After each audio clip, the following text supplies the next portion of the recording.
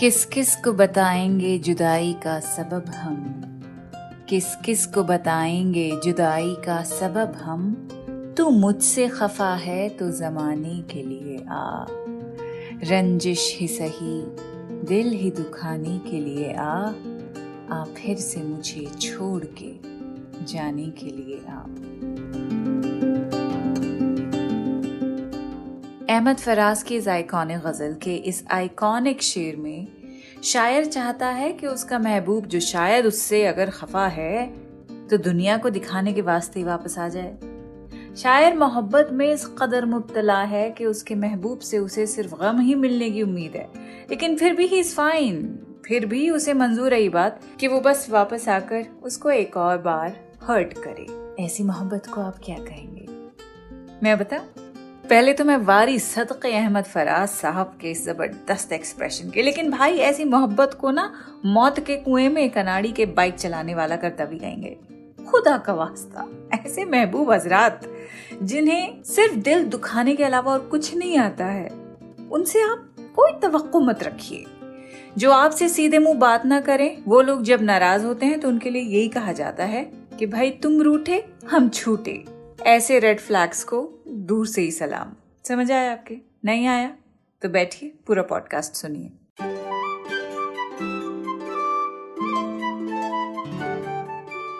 The Quint पर शुरू हो चुका है उर्दू नामा। मैं हूं आपकी होस्ट फबीहा सैयद। आज हम खफा की बात करेंगे और उन लोगों की भी बात करेंगे जो खफा ही रहते हैं, उन्हें खुश होना नहीं आता है। एंड आई थिंक ऐसे लोगों ने दाग दहलवी के शेर को बड़े दिल पे ले लिया है कि ये जो हुक्म है मेरे पास ना आए कोई, इसलिए रूठ रहे हैं कि मनाए कोई। इसीलिए जब कोई मनाने वाला नहीं होता तब ऐसे लोग अलिफ की तरह एकदम सीधे हो जाते हैं। अगर आपके साथ ऐसा कोई केस है कि रेड फ्लैग्स पर ही दिल अटका है, उन्हीं पर दिल आता है, या फिर अगर ये मामला आपका रोमांटिक नहीं है, मतलब आपकी किस्मत से जो रिश्तेदार हैं, जो आसपास के लोग हैं जिनके साथ उठना बैठना है, तो ऐसे लोगों से आपका वास्ता पड़ता है जो बड़े खुशामद पसंद होते हैं। तो आपकी सिचुएशन पे अगर आपकी मुलाकात हमारी अम्मा से हो और आप अपनी रूदात अम्मा को सुनाएंगे तो वो आपसे एक बात कहेंगी कि बेटा मनाओ तो अपने रब को मनाओ, लोगों को नहीं। आप खुदा की तरफ चल के जाएंगे, वो दौड़ के आएगा, लेकिन ऐसे लोग आपको नचाते रह जाएंगे, फिर भी उनको चैन नहीं आएगा। हमारी अम्मी डायलॉग्स बड़े अच्छे लिखती हैं, उनसे बातें नहीं की जाती हैं, वो डायलॉग्स पे डायलॉग्स मारती हैं। खैर, हम बात कर रहे हैं खफा की, जिसका मतलब होता है नाराज होना, रूठना, डिस्प्लीज्ड, ऑफेंडेड, अपसेट वगैरह वगैरह।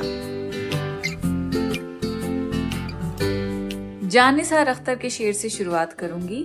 वो लिखते हैं कि लोग कहते हैं कि तू अब भी खफा है मुझसे। महबूब के बारे में बात कर रहे हैं कि लोग कहते हैं कि तू अब भी खफा है मुझसे, तेरी आंखों ने तो कुछ और कहा है मुझसे। कलीम आजिज का बाप ये शेर सुनिए। लिखते हैं तोहफा जख्मों का मुझे भेज दिया करता है। महबूब अगैन, तोहफा जख्मों का मुझे भेज दिया करता है, मुझसे नाराज है लेकिन मुझे भूला भी नहीं। पूरी गजल पढ़ दूं?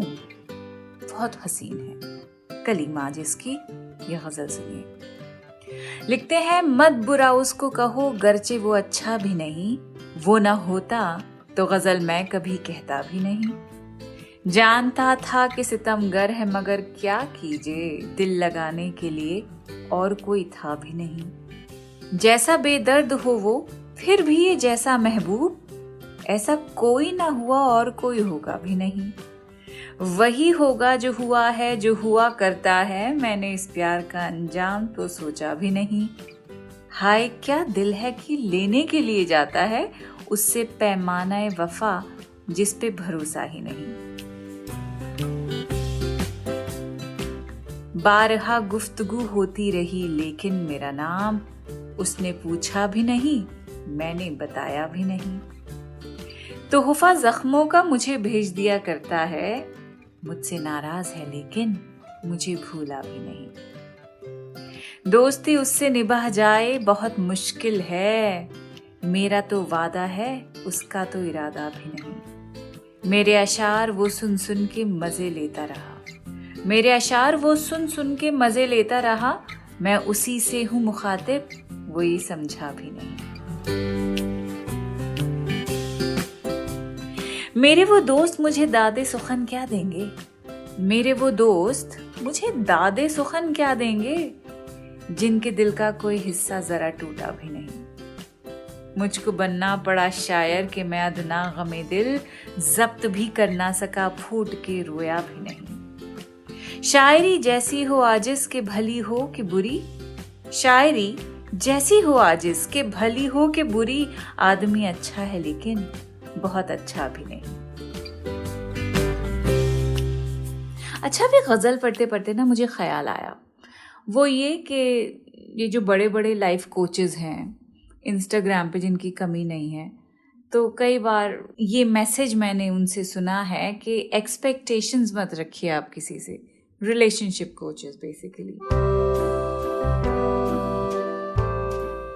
वो बोलते हैं कि एक्सपेक्टेशंस मत रखिए आप, क्योंकि एक्सपेक्टेशंस अगर आप रखेंगे तो आपको हर्ट होगा अगर वो एक्सपेक्टेशंस पूरी ना की जाएं। इसीलिए प्रीएम्प्टिव ही सही, लेकिन एक्सपेक्टेशन किसी भी रिलेशनशिप में आपको होनी नहीं चाहिए। Just give your 100%। And I really find this nonsense, क्योंकि अगर आप किसी रिलेशनशिप में हैं तो उसका पहला जो उसूल है वो यही है कि ट्रांजैक्शन होगी।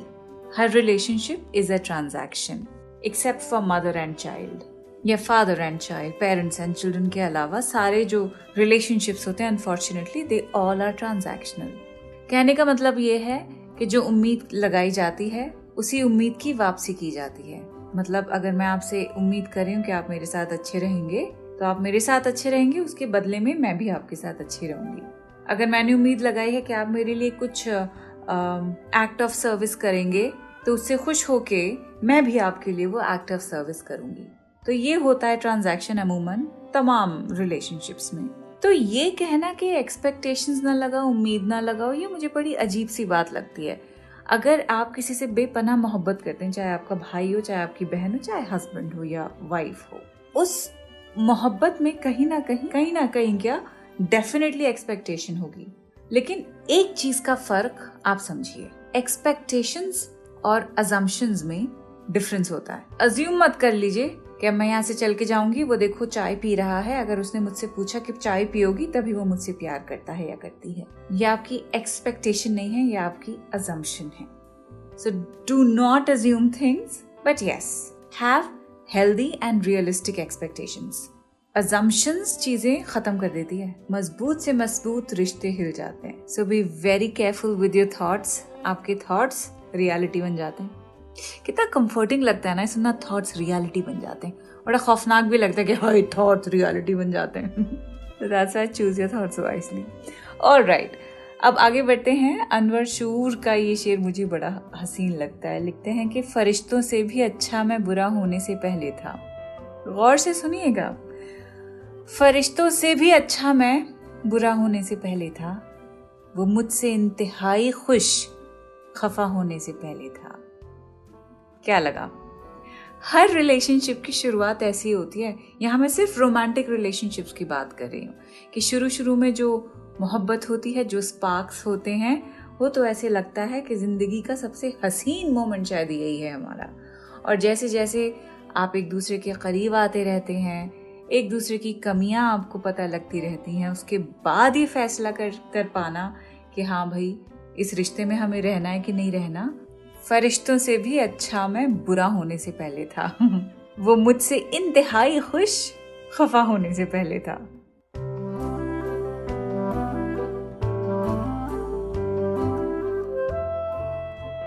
आगे बढ़ते हैं। बशीर बद्र का भी आपको एक शेर सुनाती हूँ। अजीब शख्स है नाराज होके हंसता है, अजीब शख्स है नाराज होके हंसता है, मैं चाहता हूँ खफा हो तो वो खफा ही लगे। ये गजल भी बहुत प्यारी है, आपको मैं पूरी ही सुनाऊंगी। ये भी बशीर बद्र की गजल। दुआ करो कि ये पौधा सदा हरा ही लगे, उदासियों में भी चेहरा खिला खिला ही लगे।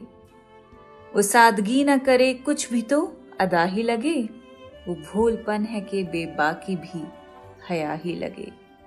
ये जाफरानी पुलोवर उसी का हिस्सा है, कोई जो दूसरा पहने तो दूसरा ही लगे। नहीं है मेरे मुकद्दर में रोशनी ना सही, नहीं है मेरे मुकद्दर में रोशनी ना सही, खिड़की खोलो जरा सुबह की हवा ही लगे। अजीब शख्स है नाराज होके हंसता है, मैं चाहता हूँ खफा हूँ तो वो खफा ही लगे। हसीन और है लेकिन कोई कहाँ तुझसा, जो दिल जलाए बहुत फिर भी दिल रुबा ही लगे। हजारों भेस में फिरते हैं राम और रहीम, कोई जरूरी नहीं है भला भला ही लगे।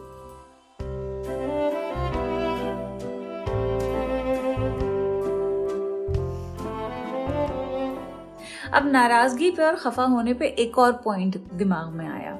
अगर किसी रिश्ते में लड़ाई नहीं होती है, अगर किसी रिश्ते में आप एक दूसरे को नाराज नहीं करते हैं, तो क्या वो हेल्दी रिलेशनशिप होता है? मुझे लगता है नहीं।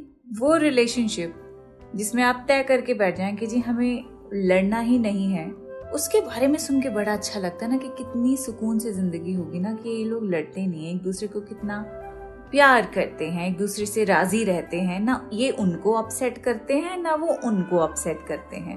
How nice. But is that even possible? आपस में दो लोग जब भी रहेंगे खटपट हमेशा होगी, एक दूसरे की बात कभी ना कभी तो बुरी लगेगी ही लगेगी, लेकिन बात घूम फिर के वहीं आ जाती है कि रिश्ता कितना स्ट्रॉन्ग है। इसी पे डिपेंड करता है कि वो कॉन्फ्लिक्ट किस हद तक रिलेशनशिप को हिला देता है। क्योंकि एक दूसरे से अगर हर वक्त राजी रहेंगे तो वो इंडिफरेंस भी तो होता है कि हाँ जो करते हैं करते रहें, हमें क्या, हमें कुछ बोलना ही नहीं है। जिससे तवक्को होती है तवज्जो भी उसी को दी जाती है। तवक्को, एक्सपेक्टेशन, तवज्जो, अटेंशन। इसीलिए कोई अगर आपसे कभी अपसेट ना हो तो या तो वो आपसे डरता है या इंडिफरेंट है, या अगर आप बहुत खुशकिस्मत हैं तो वो आपसे बेहद मोहब्बत करता है ना। एकदम खोपड़ी घुमाने वाली बात। आगे बढ़ते हैं। जिगर मुरादाबादी का भी एक शेर आप सुनिए। लिखते हैं, या वो थे खफा हमसे या हम हैं खफा उनसे, या वो थे खफा हमसे या हम हैं खफा उनसे, कल उनका जमाना था आज अपना जमाना है।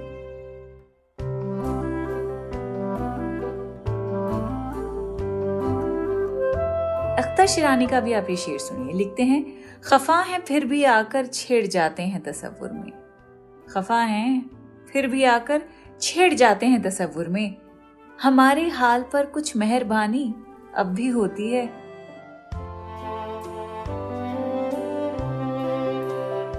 लेकिन नाराजगी पे एक बहुत ही इंपॉर्टेंट चीज जो मैंने रियलाइज किया वो ये है कि जो इंसान सबसे खफा रहता है उसके पीछे एक बहुत बड़ा रीजन है, और वो है गुस्सा, रिजेंटमेंट। खफा कोई ऐसे ही खाली खुली में तो होता नहीं है, वजह होती है गुस्से की। और वो इंसान जिसे वाकई गुस्सा होता है वो बहुत अकेला होता है। तो हम मजाक में वैसे कह देते हैं कि हाँ जी उनका तो काम ही खफा होना है, वो तो अपसेट ही रहते हैं, उनको तो कुछ आता ही नहीं है, खुश होना आता ही नहीं है। हम बड़े आसानी से बोल देते हैं, पर हम कभी सोचते नहीं कि ऐसे जो इंडिविजुअल्स होते हैं वो अंदर क्या सफर कर रहे होते हैं। A lot of angry people are actually suffering. और अगर आप थेरेपिस्ट से बात करें ऐसे लोगों की, या कभी अगर आप भी ऐसे हाल से गुजरते हैं, तो थेरेपिस्ट आपको ये बताएंगे that you are angry with yourself, you have not made peace with yourself, that is why वो रिफ्लेक्शन है आपका जो आप सबको समझ रहे हैं। Actually you think that everybody is angry with you, but it's you who's angry with yourself.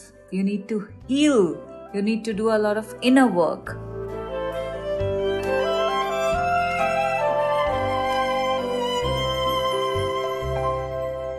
अब इनर वर्क क्या बला है भाई, ये हील योर सेल्फ क्या होता है? हम क्या कोई हकीम है कि हम अपने आप को बैठे बिठाए हील कर देंगे? सेल्फ लव क्या होता है भाई? किस परिंदे का नाम है?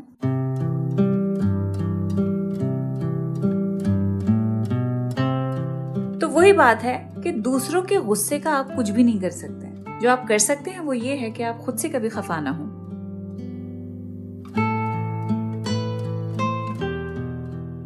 प्रीची लग रहा होगा, पर भाई इनर वर्क किसी को बोलते हैं, गूगल कर लीजिए आप चाहे तो।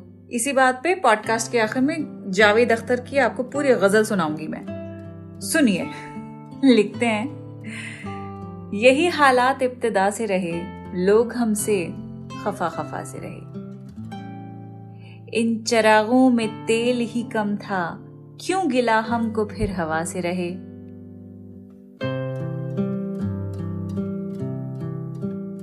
बहस शतरंज शेर मौसीकी तुम नहीं थे तो ये दिला से रहे। जिंदगी की शराब मांगते हो, हमको देखो कि पी के प्यासे रहे।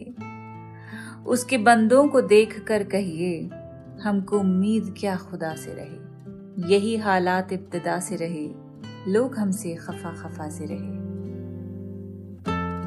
तो कौन खफा होता है कौन नहीं होता है, एक बड़ा पेचीदा सा सवाल है, बड़ा पेचीदा सा मसला है कि किसको आप खफा कर सकते हैं, किसको नहीं कर सकते। और ये भी हकीकत है कि आपको you will and up upsetting a lot of people, पर वो लॉट ऑफ पीपल कौन है वो भी आपका ही मसला है। लेकिन एक इंसान है, एक शख्स है जिसे आप कभी खफा मत करिएगा। और मैं दोबारा कहूंगी ये बात, बार बार कहती रहूंगी कि आप अपने आप से जितना हो सके राजी रहिए। वैसे भी रमजान का महीना है, अगर आप ऑब्जर्व करते हैं तो बहुत बहुत मुबारकबाद। रिफ्लेक्शन और रिकवर होना, ये 2 अहम चीजें हैं इस महीने में। रोजा सिर्फ खाने पीने का नहीं होता है, रोजा नेगेटिविटी का भी होता है, बैड थॉट्स का भी होता है। So if you are fasting, Ramzan बहुत बहुत मुबारक हो आपको। And if you are not fasting, तब भी आपको रमजान की बहुत मुबारकबाद। आपसे मुलाकात होगी अब अगले हफ्ते। अपना ख्याल रखें। खुदा हाफिज। उर्दू नामा द क्विंट का ओरिजिनल पॉडकास्ट है जिसकी एग्जीक्यूटिव प्रोड्यूसर्स हैं शैली वालिया और ऋतु कपूर, और इस एपिसोड को प्रोड्यूस किया है प्रतीक लिधु ने। इसे लिखने, होस्ट करने और एडिट करने वाली हैं फबीहा सैयद, और इसकी बैकग्राउंड म्यूजिक ली है BMG प्रोडक्शन से।